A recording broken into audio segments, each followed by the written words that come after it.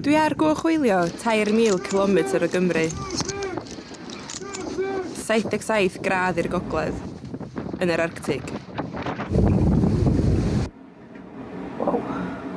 Dwi yma efo llond cwch o wyddonwyr, morwyr, artistiaid ac ymchwilwyr i fod yn dystion i fater sy'n effeithio ni gyd a dod â'r stori adra. Mari dwi. Dwi'n licio dringo, mynd am beint fo ffrindiau a dwi'n poeni braidd am beth sy'n digwydd i'r byd.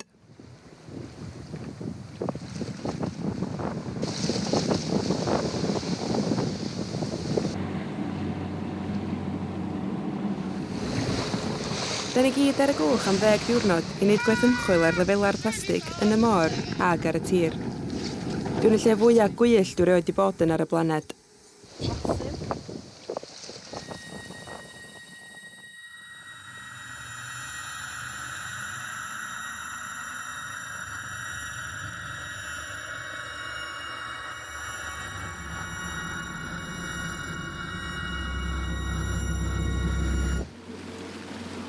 Y môr, mae'n gorchuddio 70% o wyneb y ddaear.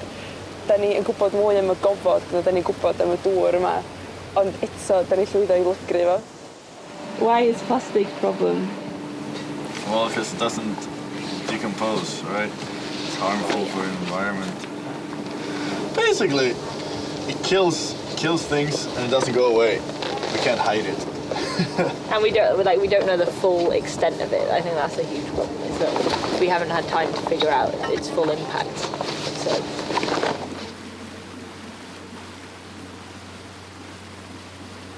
I would argue that it's not really plastic that's the problem, but more so the way that we use plastic, in the sense that we buy it and chuck it without thinking of where it ends up.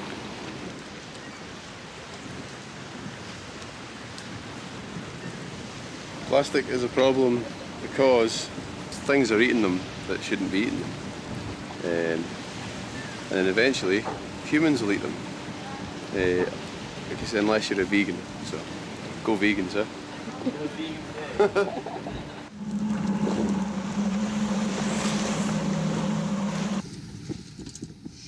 Oedden ni'n hwylio am ddyddiau, tynnu'r rhaffa, mwy o raffa, codi a gwllwng hwylio. Ac ar ôl tridiau, gafon ni'r cyfle cyntaf i ollwng yr angor a mynd i'r lan.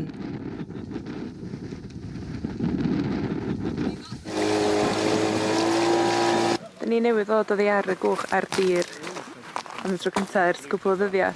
Da ni sy'n cerdded ar hyd yr arfordir i weld beth da ni'n ffeindio, cos da ni'n dod o hyd unrhyw blastig.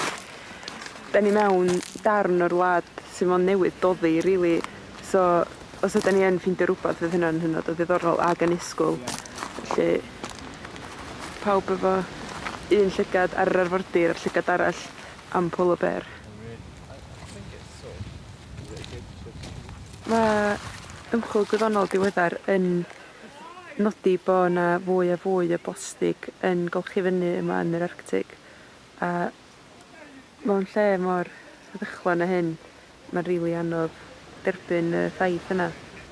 Bod wedi dod mor bell i gyfrannu at narratif dadl bod yna fwy o blastig yn golchi fyny yma, dwi rili ddim eisiau ffeindio hynna allan, achos os di'n wir, mae'n uffernol o drist.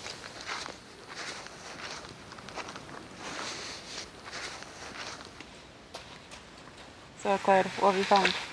Well, we found a piece of polystyrene, which is sadly something that you can find pretty much on any beach anywhere in the world, I think. Which is horrible stuff because it just breaks down into these millions and millions of little particles which never disappear, and they're very commonly eaten by wildlife. And there's been a lot of anecdotal reports from the Arctic of polar bears eating polystyrene. We'll carry on looking, see what else we find.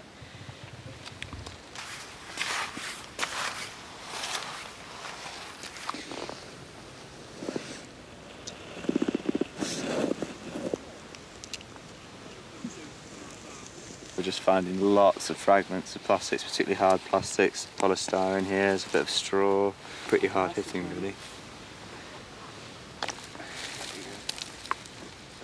Da ni mewn lle mor blws, mor bell I ffwrdd o'r bobman. A mae pawb yma'n hel bagia bin o sbwriel. Sut mae hyn wedi digwydd i'r byd, dwi ddim yn gwybod.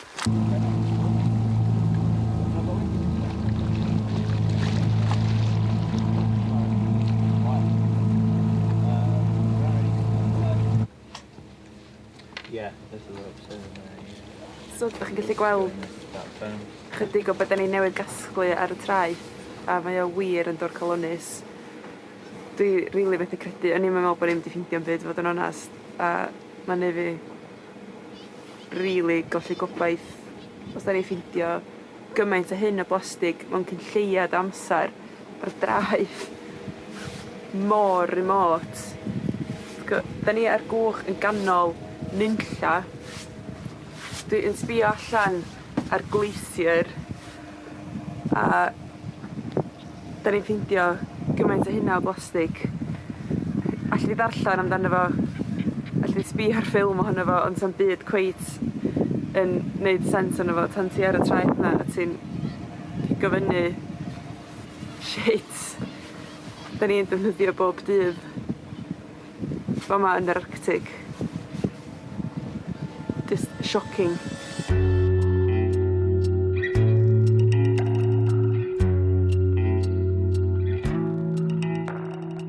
Da ni'n codi angor ac yn hwylio am gannoedd o filltiroedd i dde'r ynysoedd.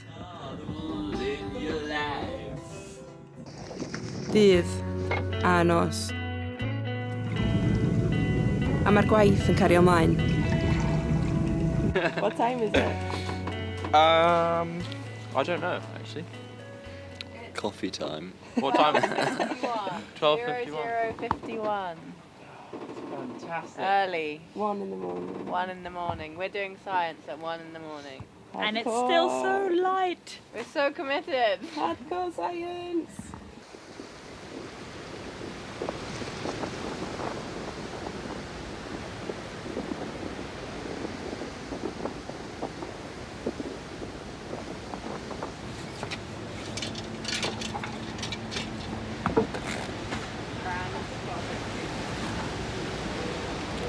A little bit more slack, take right, going in.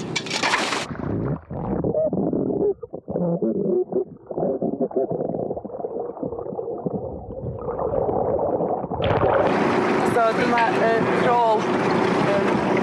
So mae'n really exciting gweld o ar waith yn cysglu samples o'r môr yma i ni gael gweld beth sydd yma. Os y plastig yma, os wneud o'n fyw bod plentyn.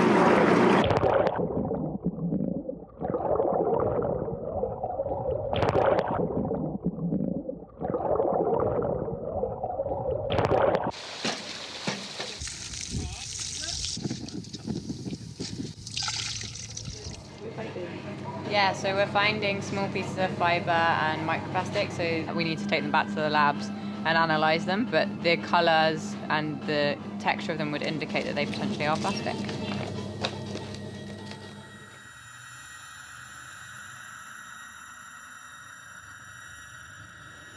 Da ni wedi angori fama am y nos heno. Dwi yn rili mwynhau yr hwylio, ond dwi hefyd yn mwynhau pan mae'r angor lawr a da ni sy'n cael amser i gael chill a kind of meddwl am beth da ni wedi weld a wedi gwneud yn y dydd. Achos mae'n eitha overwhelming gweld effaith dyn ar y byd.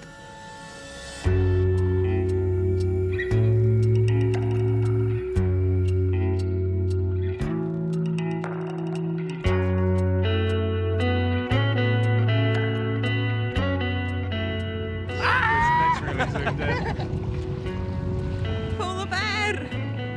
Mental!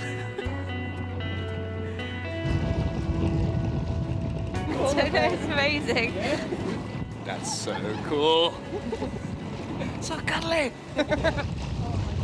O'n i erioed yn meddwl sy'n ei gael y cyfle i ddod i'r Arctig a gweld ardd polar, wbeth mond yn disgwyl gweld ar y teledu. Mae'n hollol anhygoel, ac mae'r byd mae'n anhygoel, a gymaint i warchod, a gymaint i ddathlu, a rhyfeddu at.